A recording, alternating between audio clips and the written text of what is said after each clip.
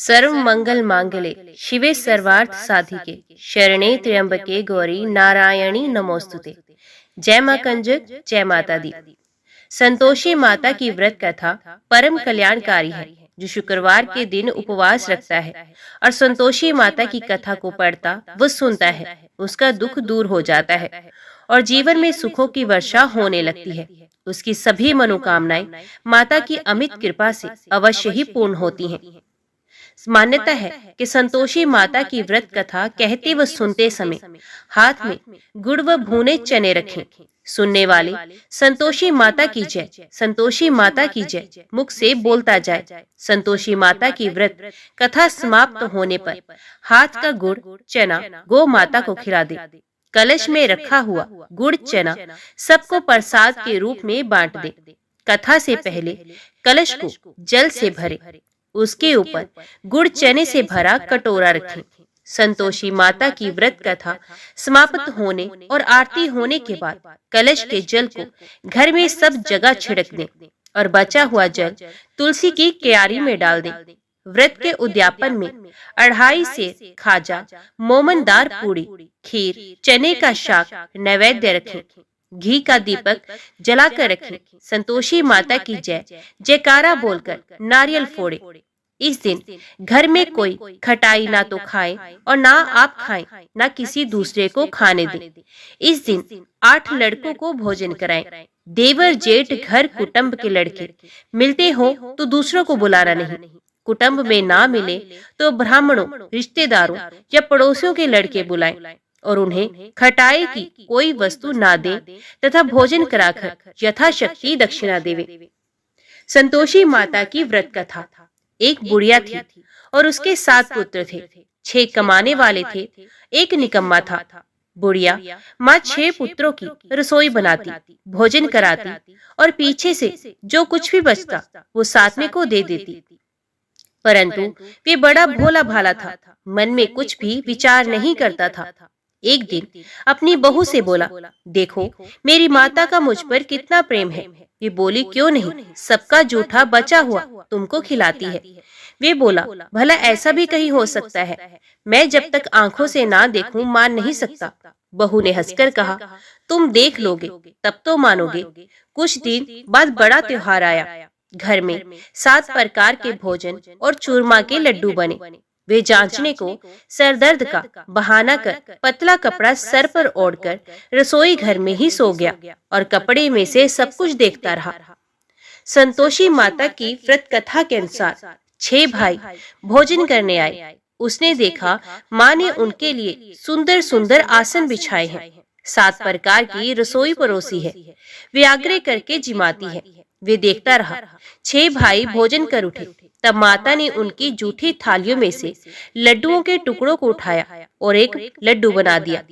जूठन साफ कर बुढ़िया माँ ने पुकारा, उठो बेटा, 6 भाई भोजन कर गए, अब तू ही बाकी है, उठना कब खाएगा?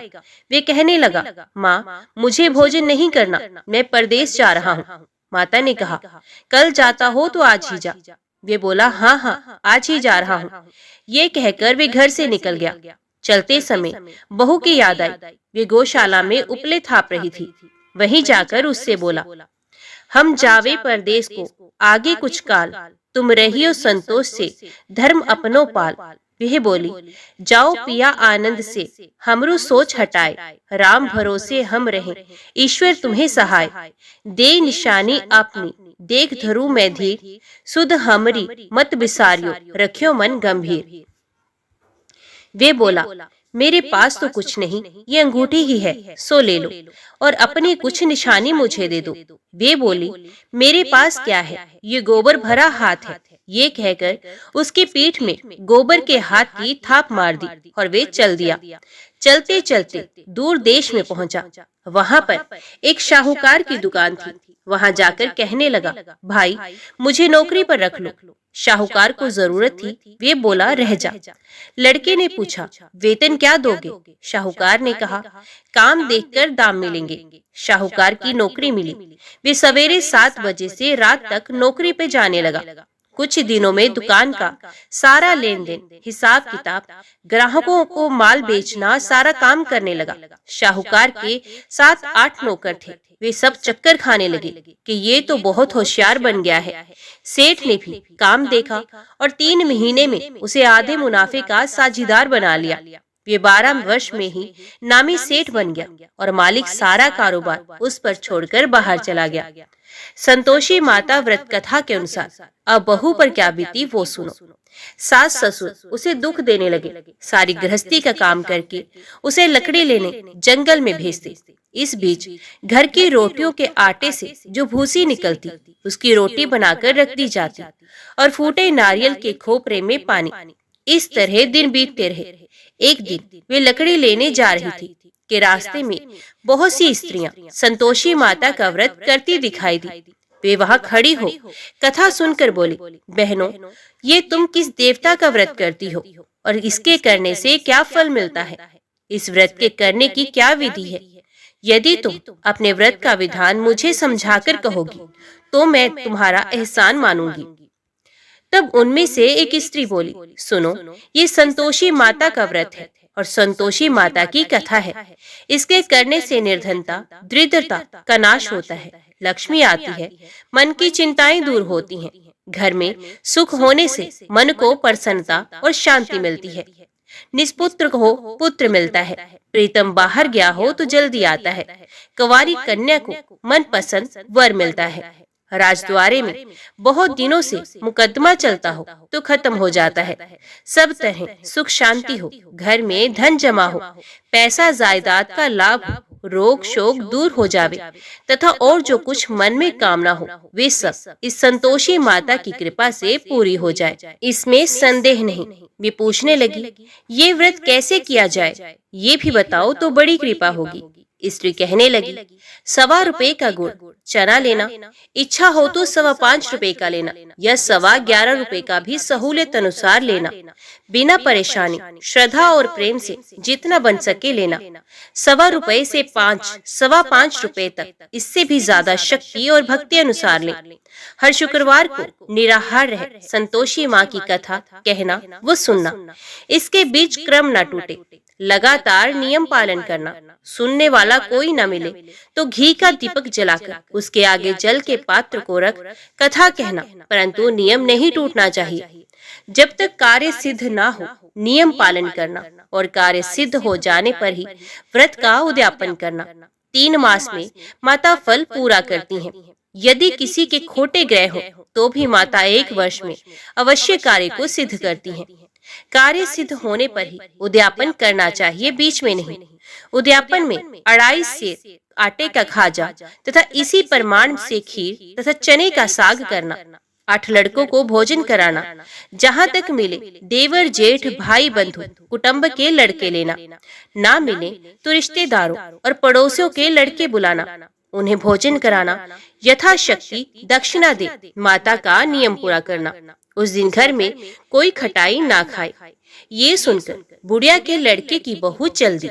रास्ते में लकड़ी के बोझ को बेच दिया और उन पैसों से गुड़ चना ले माता के व्रत की तैयारी कर आगे चली और सामने मंदिर देख पूछने लगी, ये मंदिर किसका है? सब कहने लगे, संतोषी माता का मंदिर है। ये सुन माता के मंदिर में जा माता के चरणों में लेटने लगी, दीन होकर विनती करने लगी, माँ, मैं निपट मूर्ख हूँ, व्रत के नियम कुछ नहीं जानती, मैं बहुत दुखी हूँ।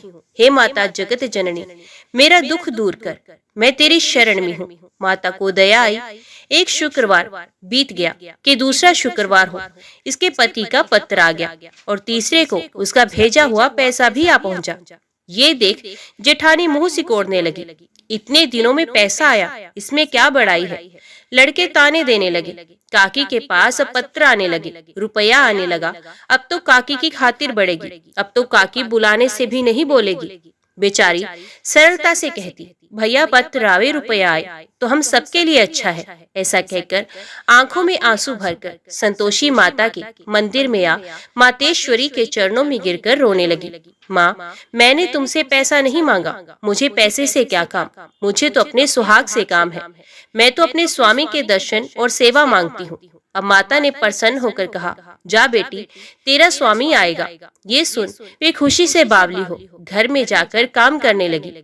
अब संतोषी माँ विचार करने लगी, इस भोली पुत्री से मैंने कह तो दिया तेरा पति आएगा, और आएगा कहाँ से? वे तो स्वप्न में भी इसे याद नहीं करता, उसे याद दिलाने मुझे ही जाना पड़ेगा। इस तरह माता बुढ़िया के बेटे के पास जाकर स्वप्न में प्रकट होकर कहने लगी, शाहूकार के बेटे, सोता है या जागता है? ये बोला, माता, सोता भी नहीं हूँ, जागता भी नहीं हूँ, बीच में ही हूँ, कहो क्या आज्ञा है? माँ कहने लगी, तेरा घर बार कुछ है या नहीं? वे बोला, मेरा सब कुछ है माँ, माँ बाप, भाई बहन, बहू, और क्या कमी है? माँ बोली, भोले पुत्र, तेरी स्त्री घोर कष्ट उठा रही है। माँ, बाप उसे दुख दे रहे हैं, वे तेरे लिए तरस रही है, तू उसकी सुध ले। वे बोला, हाँ माता, ये तो मुझे भी मालूम है, परंतु मैं जाऊं तो जाऊं कैसे? परदेश की बात है, लेन देन का कोई हिसाब नहीं, कोई जाने का रास्ता नजर नहीं आता, कैसे चला जाऊं? माँ कहने लगी, मेरी बात मान, सवेरे नहा धोकर संतोषी माता का नाम ले, घी का दीपक जला, दंडवत कर दुकान पर जाकर बैठ जा। देखते ही देखते तेरा लेन देन सब चुक जाएगा, जमा माल बिक जाएगा, सांझ होते होते धन का ढेर लग जाएगा। जब सवेरे बहुत जल्दी उठ उसने लोगों से अपने सपने की बात कही तो वे सब उसकी बात अनसुनी कर खिल्ली उड़ाने लगे, कहीं सपने भी सच होते हैं। एक बूढ़ा बोला, देख भाई, मेरी बात मान, इस प्रकार साच झूठ करने के बदले देवता ने जैसा कहा है वैसा ही करने में तेरा क्या जाता है? वे बूढ़े की बात मान, स्नान कर संतोषी माता को दंडवत घी का दीपक जलाकर दुकान पर जा बैठा। थोड़ी देर में वे क्या देखता है कि देने वाले रुपया लाए, लेने वाले हिसाब लेने लगे। कोठे से भरे सामानों के खरीदार नकद दाम में सौदा करने लगे। शाम तक धन का ढेर लग गया। माता का चमत्कार देख प्रसन्न हो मन में माता का नाम ले घर ले जाने के वास्ते गहना कपड़ा खरीदने लगा, और वहाँ के काम से निपट वे घर को रवाना हुआ। वहाँ बहू बेचारी जंगल में लकड़ी लेने जाती है, लौटते वक्त माँ के मंदिर पर विश्राम करती है। वे तो उसका रोजाना रुकने का स्थान था। दूर से धूल उड़ती देख वे माता से पूछती है, हे माता, ये धूल कैसे उड़ रही है? माँ कहती है, हे पुत्री, तेरा पति आ रहा है, अब तू ऐसा कर, लकड़ियों के 3 बोझ बना ला, एक नदी किनारे रख, दूसरा मेरे मंदिर पर और तीसरा अपने सर पर रख। तेरे पति को लकड़ी का गट्ठा देखकर मोह पैदा होगा, वे यहाँ रुकेगा, नाश्ता पानी बना खाकर माँ से मिलने जाएगा। तब तू लकड़ी का बोझ उठाकर घर जाना और बीच चौक में गट्ठा डालकर 3 आवाजें जोर से लगाना, लो सासू जी, लकड़ियों का गट्ठा लो, भूसी की रोटी दो और नारियल के खोपरे में पानी दो, आज कौन मेहमान आया है? माँ की बात सुन बहू बहुत अच्छा माता कहकर प्रसन्न हो लकड़ियों के 3 गड्ढे ले आई, एक नदी तट पर, एक माता के मंदिर पर रखा। इतने में ही एक मुसाफिर आ पहुंचा।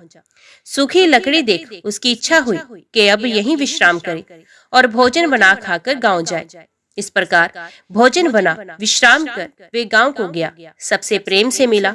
उसी समय बहू सर पर लकड़ी का गट्ठा लिए आती है, लकड़ी का भारी बोझ आंगन में डाल जोर से 3 आवाज देती है, लो सासू जी, लकड़ी का गट्ठा लो, भूसे की रोटी दो, नारियल के खोपरे में पानी दो, आज कौन मेहमान आया है? ये सुनकर सास बाहर आ अपने दिए हुए कष्टों को भुलाते हुए कहती है, बहू ऐसा क्यों कहती है? तेरा मालिक ही तो आया है, आ बैठ, मीठा भात खा, भोजन कर, कपड़े गहन पहन। इतने में आवाज सुन उसका स्वामी बाहर आता है और अंगूठी देख व्याकुल हो माँ से पूछता है, माँ ये कौन है? माँ कहती है, बेटा ये तेरी बहू है, आज 12 वर्ष हो गए, तू जब से गया है तब से सारे गांव में जानवर की तरह भटकती रहती है, कामकाज घर का कुछ करती नहीं, 4 समय आकर खा जाती है। अब तुझे देखकर भूसी की रोटी और नारियल के खोपरे में पानी मांगती है। वे लज्जित हो बोला, ठीक है माँ, मैंने इसे भी देखा और तुम्हें भी देखा, अब मुझे दूसरे घर की चाबी दो, मैं उसमें रहूंगा। तब माँ बोली, ठीक है बेटा, तेरी जैसी मर्जी कहकर चाबी का गुच्छा पटक दिया। उसने चाबी ले दूसरे कमरे से, जो तीसरी मंजिल के ऊपर था, खोलकर सारा सामान रख दिया। एक दिन में ही वहां राजा के महल जैसा ठाट बाट बन गया। अब क्या था, वे दोनों सुख पूर्वक रहने लगे। इतने में अगला शुक्रवार आया। बहू ने अपने पति से कहा कि मुझे माता का उद्यापन करना है। पति बोला, बहुत अच्छा, खुशी से करो। वे तुरंत ही उद्यापन की तैयारी करने लगी।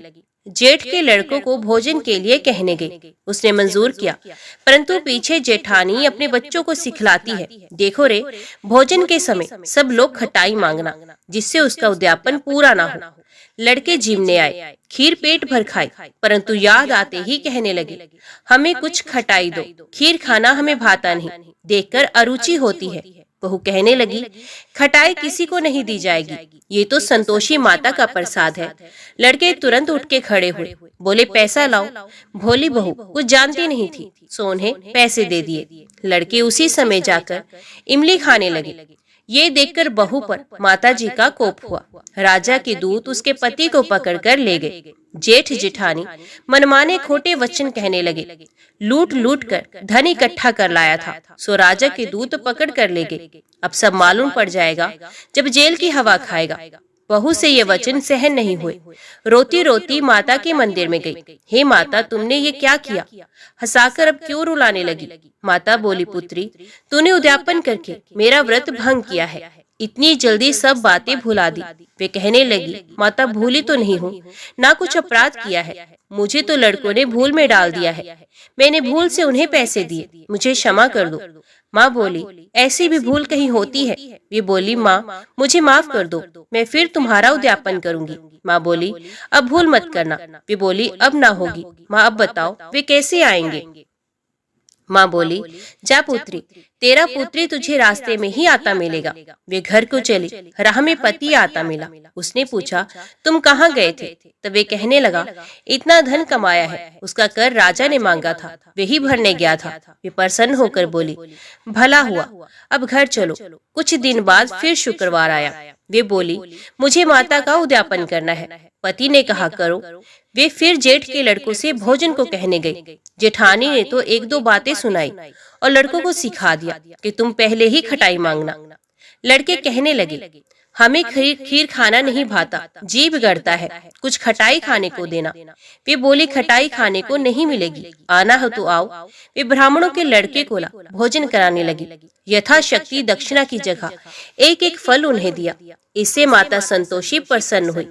माता की कृपा होते ही 90 मास उसको चंद्रमा के समान सुंदर पुत्र उत्पन्न हुआ। पुत्र को लेकर प्रतिदिन माता जी के मंदिर जाने लगी। माँ ने सोचा, ये रोज आती है, आज क्यों ना मैं ही इसके घर जाऊं, इसका आसरा देखूं तो सही। ये विचार कर माता ने भयानक रूप बनाया। गुड़ और चरे से सना मुख, ऊपर सूंड के समान हो, उस पर मक्खियां भिन भिना रही थी। दहलीज में पांव रखते ही उसकी सास चिल्लाई, देखो रे, कोई चुड़ैल डाकिन चली आ रही है, लड़को इसे भगाओ, नहीं तो किसी को खा जाएगी। लड़के डरने लगे और चिल्लाकर खिड़की बंद करने लगे। बहू रोशनदान में से सब देख रही थी। प्रसन्नता से पगली होकर चिल्लाने लगी, आज मेरी माता जी घर आई हैं। ये कहकर बच्चे को दूध पिलाने से हटाती है। इतने में सास का क्रोध फूट पड़ा। बोली, इसे देखकर कैसे उतावली हुई है, जो बच्चे को पटक दिया। इतने में माँ के प्रताप से जहाँ देखो वहीं लड़के ही लड़के नजर आने लगे। वे बोली, माँ जी, मैं जिनका व्रत करती हूँ ये वही संतोषी माता है। इतना कह झट से सारे घर के किवाड़ खोल देती है। सबने माता के चरण पकड़ लिए और विनती कर कहने लगे, हे माता, हम मूर्ख हैं, हम अज्ञानी हैं, पापी हैं। तुम्हारे व्रत की विधि हम नहीं जानते। तुम्हारा व्रत भंग कर हमने बहुत बड़ा अपराध किया है। हे माता, आप अब हमारा अपराध क्षमा करो। इस प्रकार माता प्रसन्न हुई। माता ने बहू को जैसा फल दिया वैसा सबको दे, जो पड़े उसका मनोरथ पूर्ण हो। बोलो संतोषी माता की जय। वैभव लक्ष्मी व्रत कथा का पाठ शीघ्र फलदायी है, किंतु फल ना दे तो 3 महीने के बाद फिर से ये व्रत शुरू करना चाहिए, और जब तक मनोवांछित फल ना मिले तब तक ये व्रत 3-3 महीने पर करते रहना चाहिए। कभी भी इसका फल अवश्य मिलता है। मान्यता है कि इस व्रत को पूर्ण विधि विधान से करने पर निश्चित रूप से सभी कामनाएं पूर्ण होती हैं। सर्वप्रथम श्री यंत्र को हाथ जोड़कर श्रद्धा पूर्वक नमस्कार करें। तत्पश्चात वैभव दात्री श्री महालक्ष्मी का मंत्र पढ़कर प्रयाण करें। जिन्हें संस्कृत में मंत्र पढ़ने में कठिनाई हो वे ध्यान का हिंदी भावार्थ करें। यहाँ दिए गए महालक्ष्मी के 8 स्वरूपों को नमस्कार करें। महालक्ष्मी के 8 स्वरूप इस प्रकार है। श्री वैभव लक्ष्मी जी माँ, श्री धान्य लक्ष्मी माँ, श्री अधिलक्ष्मी माँ, श्री संतान लक्ष्मी माँ, श्री वीर लक्ष्मी माँ, श्री विजया लक्ष्मी माँ, श्री गज लक्ष्मी माँ, श्री गज लक्ष्मी माँ। इसके पश्चात श्री महालक्ष्मी की स्तुति करें। सोने चांदी के आभूषण अथवा 1 रुपए के सिक्के की धूप दीप नैवेद्य आदि चढ़ाकर पूजा करें। इसके बाद दोनों हाथों से प्रसाद अर्पण करें। स्तुति और महिमा गाकर श्री लक्ष्मी जी की आरती उतारें। तत्पश्चात हाथ जोड़कर श्री वैभव लक्ष्मी माँ से अपनी मनोकामना कहकर उसे शीघ्र पूरी करने की विनती करें। अंत में माँ का प्रसाद सभी उपस्थित जनों में बांट दें और थोड़ा सा अपने लिए रखें। पूजा के लिए रखा लोटे का पानी तुलसी के पौधे पर चढ़ाएं। तुलसी पौधा घर में ना हो तो गाय के खूंटे अथवा सूर्य को चढ़ा दें। चावल के दाने पक्षियों को डाल दें। यथासंभव पूरे दिन उपवास रखकर शाम को प्रसाद खाएं। यदि शक्ति ना हो तो एक समय ही प्रसाद खाकर भोजन करें। जितने शुक्रवार को व्रत करने की मन्नत मानी हो उसका अंतिम शुक्रवार आने पर उद्यापन किया जाता है। उद्यापन के दिन पूजा विधि और दिनों के ही समान है। इस दिन प्रसाद में खीर एवं नारियल रखा जाता है। पूजा संपन्न होने पर नारियल को फोड़ लें और नारियल गिरी व खीर का प्रसाद अपने पास पड़ोस में वितरित करें। प्रसाद के साथ ही कम से कम 7 कुंवारी कन्याओं अथवा सौभाग्यशाली स्त्रियों को कुमकुम का टीका लगाकर श्री वैभव लक्ष्मी व्रत कथा की एक पुस्तक भेंट करें। वैभव लक्ष्मी व्रत कथा। एक बहुत बड़ा नगर था जिसकी जनसंख्या अत्यधिक थी। दूर पास के अनेकानेक लोग इस नगर में काम धंधों नौकरी रोजगार की तलाश में यहाँ आते थे और रोजगार पाने पर यहीं जम जाते थे। ऐसे लोग अपने काम धंधों में ऐसे व्यस्त रहते थे कि अपने अतिरिक्त किसी के परवाह नहीं करते थे। लोभ स्वार्थ ने घर के सदस्यों से भी प्रेम व्यवहार कम कर दिया था। ममता प्यार दया सहानुभूति परोपकार जैसे संस्कार बहुत कम हो गए थे। पूजा पाठ दिखावे व स्वार्थ पूर्ति के लिए ही लोग किया करते थे। श्रद्धा पूर्वक भक्ति भाव से प्रभु भजन एवं कीर्तन नाम मात्र को ही था। हेरा फेरी बेईमानी शराब जुआ और व्यभिचारी आदि धर्म विरुद्ध कार्य को ही लोग जीवन का सुख मानते थे। सदा जीवन और उच्च विचार की शिक्षा पुरानी पड़ गई थी। अब तो अधिकांश लोग किसी भी प्रकार धन कमाकर ऐश करो पर विश्वास रखते थे। इसी नगर में मनोज और शीला नामक एक नव दंपत्ति निवास करते थे। मनोज का अपना छोटा सा कारोबार था। वे बहुत विवेकी और सुशील था। ईमानदारी से वे अपना कारोबार करता था, जिससे उसका कारोबार ठीक ठाक चल रहा था और आराम से उनका जीवन व्यतीत हो रहा था। मनोज की पत्नी शीला धार्मिक प्रकृति की संतोषी स्वभाव की स्त्री थी। वे किसी की बुराई में नहीं थी, परंतु यथासंभव दूसरों की सहायता को भी तत्पर रहती थी। गृह कार्यों से बचे समय का सदुपयोग वे प्रभु भजन व कीर्तन करने अथवा धार्मिक या ज्ञानवर्धक पुस्तकें पढ़ने में व्यतीत करती थी। वास्तव में उनकी गृहस्थी एक आदर्श गृहस्थी भी आसपास के अधिकांश लोग उस परिवार की सराहना ही करते थे। किंतु कुछ लोग जिन्हें दूसरों की खुशी देखकर जलन होती है, उन्हें सुख संतोष पूर्वक जीवन यापन करते देख मन ही मन कुढ़ते रहते थे। वे इस प्रयास में रहते थे कि किसी भी प्रकार मनोज को गलत रास्ते पर चलाकर उसकी संपत्ति से स्वयं ऐश कर सके। मनोज और शीला की गृहस्थी इसी प्रकार हंसी खुशी चल रही थी। पर कहावत है, सब दिन होत ना एक समान। मनुष्य के जीवन में दुख सुख हानि लाभ लगे रहते हैं। मनोज को भी अपने कारोबार में काफी घाटा उठाना पड़ा। उसका शायद कुछ भाग्य ही रूठ गया था। वे अपने कारोबार में हुए घाटे का जल्द से जल्द लाभ में बदलने के चक्कर में गलत लोगों से मित्रता कर बैठा।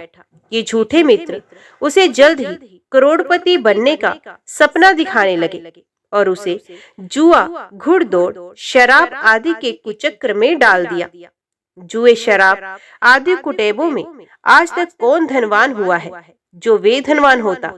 मनोज करोड़पति तो बना नहीं, खाकपति अवश्य बन गया। जल्द से जल्द अमीर बनने के लालच में वे घर में थोड़ी बहुत बची धन संपत्ति, गहने, जेवर आदि भी गवा बैठा। एक समय ऐसा था कि मनोज अपनी पत्नी शीला के साथ सुखपूर्वक जीवन व्यतीत कर रहा था। कुछ ही दिनों में ऐसा समय आ गया कि उसे 2 समय के भोजन के भी लाले पड़ गए। घर में दरिद्रता और भूखमरी का साम्राज्य हो गया। इससे मनोज और चिड़चिड़ा हो गया। वे बात पर अपनी पत्नी शीला के साथ गाली गलौज और मारपीट करने लगा। शीला एक सुशील और संस्कारी स्त्री थी। वे पति को अपना सर्वस्व समझती थी। पति के व्यवहार से वे दुखी तो थी, किंतु भगवान पर भरोसा रखकर वे ये सब दुख सहने लगी।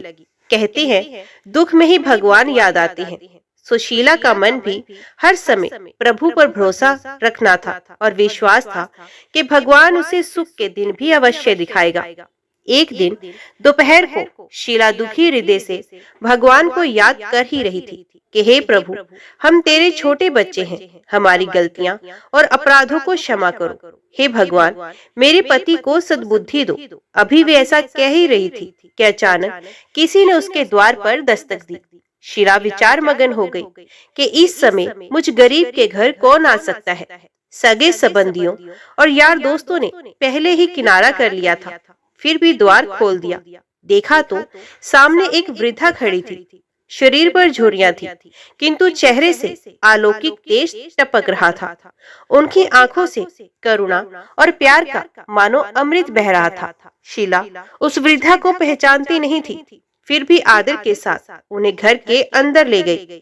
किसी को बैठाने के लिए घर में उपयुक्त आसन तक नहीं था। अतः सकुचाते हुए शीला ने एक फटी हुई चादर बिछाकर उन्हें बैठने को कहा। वे वृद्धा के आगमन वृद्धा उसी चादर पर आराम से बैठ गई। शीला के मन को कुछ शांति सी महसूस हुई। वृद्धा ने उससे पूछा, शीला, मुझे पहचानती हो या नहीं? शीला बोली, माँ जी, आपको देखते ही कुछ अपनत्व सा महसूस कर रही हूँ। ऐसा लगता है जैसे आप मेरे बहुत नजदीकी हो। आपको देखकर मेरा रोम रोम खिल उठा है, जैसा प्राय विशेष परिचित व्यक्ति से मिलने पर होता है, किंतु मुझे कुछ याद नहीं। मैंने आपको कहाँ देखा है? वृद्धा ने अपनत्व दिखाते हुए कहा। क्यों इतनी जल्दी भूल गई? अभी कुछ दिन पहले तो तू लक्ष्मी जी के मंदिर में शुक्रवार को भजन कीर्तन में आती थी। मैं भी उसमें जाया करती हूँ। हर शुक्रवार को मैं तुमसे वहीं मिलती थी।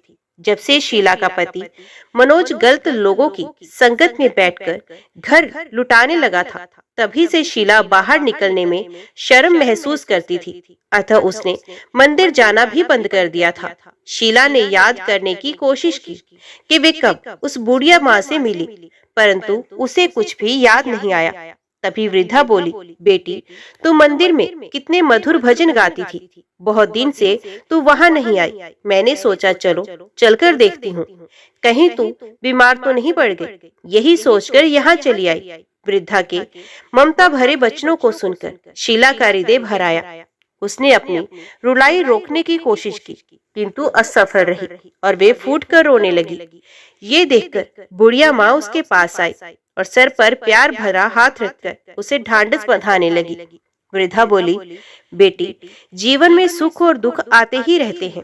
हमेशा सुख अथवा हमेशा दुख कभी किसी पर नहीं होता, अतः दुखों से घबराना नहीं चाहिए। शीला बोली, माँ जी, मैं थोड़े दुख में कभी नहीं घबराई, किंतु अब सहा नहीं जाता। ऐसा कहते कहते वे फिर रोने लगी। वृद्धा फिर सांत्वना देती हुई बोली, धैर्य धरो बेटी और अपनी व्यथा मुझे बना। तुझे क्या दुख खाए जा रहा है, इस प्रकार बताने से तेरा मन भी हल्का हो जाएगा और मुझसे जो हो सकेगा तेरे दुख दूर करने का उपाय भी बता दूंगी। वृद्धा की बात सुनकर शीला के मन को बहुत राहत मिली। उसने बुढ़िया माँ को अपनी दुख भरी कथा सुनाना शुरू किया। वे बोली, माँ जी, पहले मेरे परिवार में बहुत सुख शांति थी। मेरे पति ईमानदार और सुशील थे। भगवान की कृपा से मेरे घर में खुशियां ही खुशियां थी। किसी भी कार्य में हमें कभी धन की कमी महसूस नहीं होती थी। अचानक हमारे भाग्य ने पलटा खाया। मेरे पति को अपने कारोबार में घाटा हुआ। अधिक धन कमाने के चक्कर में वे बुरे लोगों की संगत में चले गए और वे जुआ, शराब, रेस आदि कुटेबों में फंस गए। इस प्रकार उन्होंने अपना सब कुछ गंवा दिया। आज हम बिल्कुल कंगाल हो गए। अब तक जैसे तैसे घर की छोटी मोटी चीजें बेचकर अपना गुजारा करते रहे। अब लो, घर की सब वस्तुएं भी समाप्त हो गई। हम दर दर की ठोकरें खाने वाले भिखारी हो गए। वृद्धा बोली, बेटी, कर्म की गति बड़ी न्यारी होती है। मनुष्य यदि अच्छे कर्म करे तो उसे दुख नहीं उठाने पड़ते। कुछ पिछले जन्मों के कारण लाभ, हानि अथवा सुख दुख मनुष्य पर आते हैं। ऐसे में वे संयम से काम लें और भगवान पर भरोसा रखें तो शीघ्र ही उन दुखों से पार पा लेते हैं। बेटी, तेरे दिन भी अवश्य फिरेंगे। मैं तुझे उपाय बताती हूँ। तू भगवती महालक्ष्मी की भक्त है। वे तो स्वयं धन की देवी हैं और प्रेम तथा करुणा की अवतार है। अपने भक्तों पर उनकी कृपा सदा बनी रहती है। अतः तू उन्हीं महालक्ष्मी जी का व्रत कर, वे अवश्य ही तेरा कष्ट दूर करेंगी। बुढ़िया माँ की बात सुनकर शीला बहुत प्रसन्न हुई। उसने पूछा, माँ जी, श्री महालक्ष्मी जी का व्रत कैसे किया जाता है, ये मुझे समझाकर कहो। मैं इस व्रत को अवश्य करूंगी। बुढ़िया माँ ने कहा, बेटी, श्री महालक्ष्मी जी का व्रत बहुत ही सरल है। इसके करने से धन संपत्ति, सुख, वैभव और यश प्राप्त होता है। कुंवारी कन्या को मनचाहा पति मिलता है। निसंतान को संतान होती है। खोई हुई वस्तु वापस मिल जाती है। कोई अन्य मनोकामनाएं भी हो, इस व्रत को करने से पूर्ण होती हैं। धन और वैभव प्रदान करने के कारण ही देवी महालक्ष्मी को धन लक्ष्मी अथवा वैभव लक्ष्मी भी कहा जाता है। शुक्रवार दिन देवी का होता है, इसलिए ये व्रत शुक्रवार को ही किया जाता है। व्रत करने वाले को सुबह स्नान आदि से निर्वृत्त होकर भगवती महालक्ष्मी माँ जय वैभव लक्ष्मी माँ का निरंतर जप करते रहना चाहिए। सायंकाल अपने घर के एक कोने में चौका लगाकर अथवा साफ करके एक पटड़ा रखो। उसके ऊपर एक साफ कपड़ा बिछाकर उस पर थोड़े से चावल रखो। फिर एक लोटे में जल और उन चावलों के ऊपर रखो। लोटे के ऊपर एक कटोरी रखो।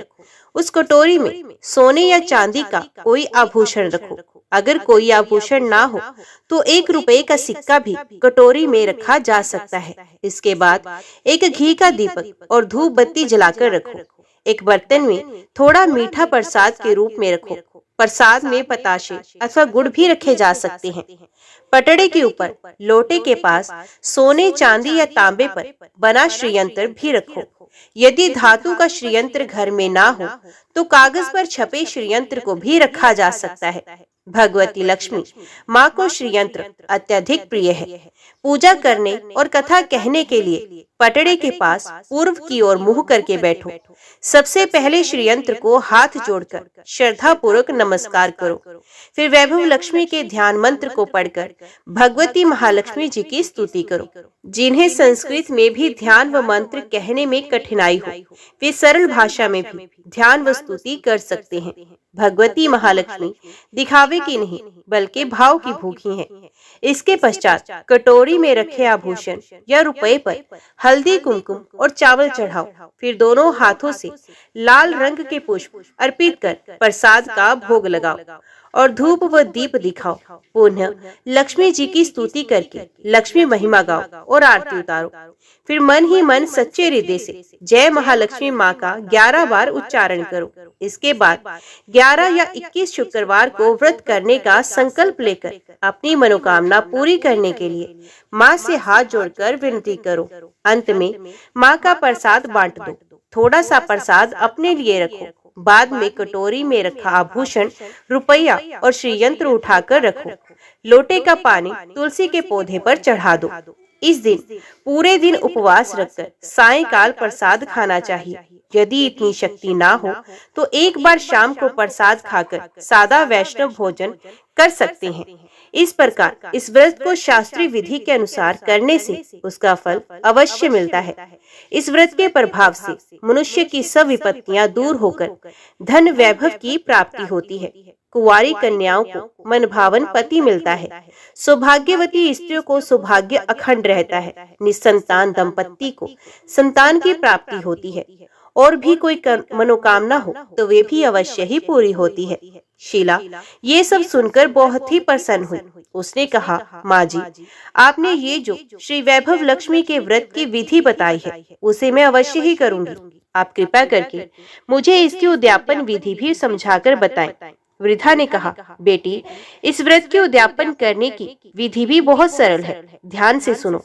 11 या 21 जितने शुक्रवार को व्रत करने का संकल्प किया हो, उतने व्रत पूर्ण श्रद्धा और भावना पूर्वक होने पर अंतिम शुक्रवार को उद्यापन किया जाता है। इस दिन पूजा विधि हर शुक्रवार को की गई पूजा विधि की तरह ही होती है। इस दिन प्रसाद के लिए नारियल गिरी और खीर का प्रसाद वितरित किया जाता है। प्रसाद के साथ कम से कम 7 कुंवारी या सौभाग्यवती स्त्रियों को कुमकुम का तिलक लगाकर श्री वैभव लक्ष्मी व्रत कथा की एक पुस्तक भेंट की जाती है। अंत में फिर भगवती श्री महालक्ष्मी के विभिन्न स्वरूपों को श्रद्धा पूर्वक हाथ जोड़कर नमस्कार करो और मन ही मन माँ से प्रार्थना करो कि हे महालक्ष्मी माँ, हे धन लक्ष्मी माँ, हे वैभव लक्ष्मी माँ, मैंने सच्चे मन से आपका व्रत पूर्ण किया है। फिर भी मुझसे कोई गलती या अपराध हुआ हो उसे क्षमा करना और हमारी जो भी आपकी मनोकामना हो उसे कहें कि मनोकामना को पूर्ण करना, हमारा सबका कल्याण करना, हमारी विपत्तियों को दूर करके हमें धन वैभव प्रदान करना। हे देवी माँ, आपकी महिमा अपरंपार है। बुढ़िया माँ से श्री वैभव लक्ष्मी के व्रत की शास्त्रीय विधि सुनकर शीला का मन मयूर जैसे नाच उठा। उसे लगा मानो उसे मनमांगी मुराद मिल गई हो।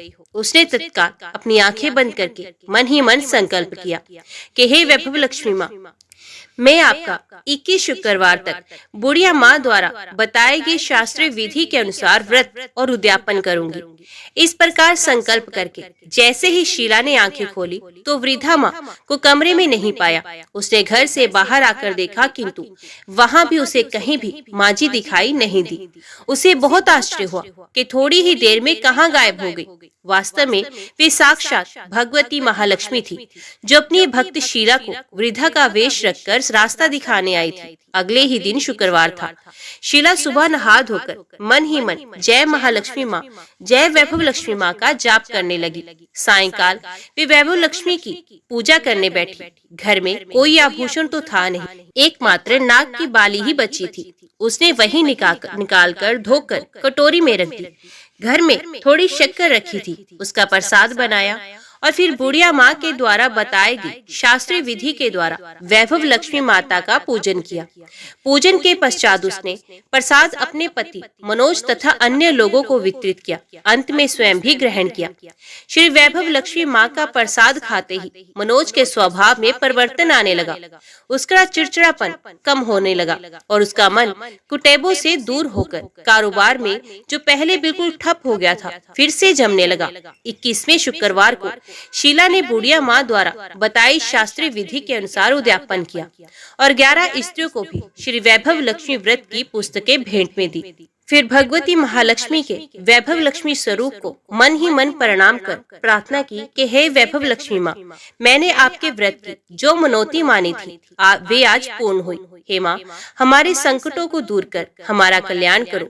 जाने अनजाने में यदि कोई हमसे अपराध हुआ हो उसे क्षमा करना, हमें धन संपत्ति और वैभव प्रदान करना, हमें सद्बुद्धि देना। हे माँ, आपकी महिमा अपरंपार है, आपकी सदा ही जय हो। इस प्रकार व्रत संपूर्ण होने के बाद कुछ ही दिनों में मनोज के कारोबार में अच्छा लाभ होने लगा। उसने शीला को उसके जेवर वापस दिला दिए और घर में पहले जैसी सुख शांति आ गई। श्री वैभव लक्ष्मी माँ के प्रताप को देखकर अन्य बहुत सी औरतों ने भी उनका विधि पूर्वक व्रत किया और मनभावन फल प्राप्त किया।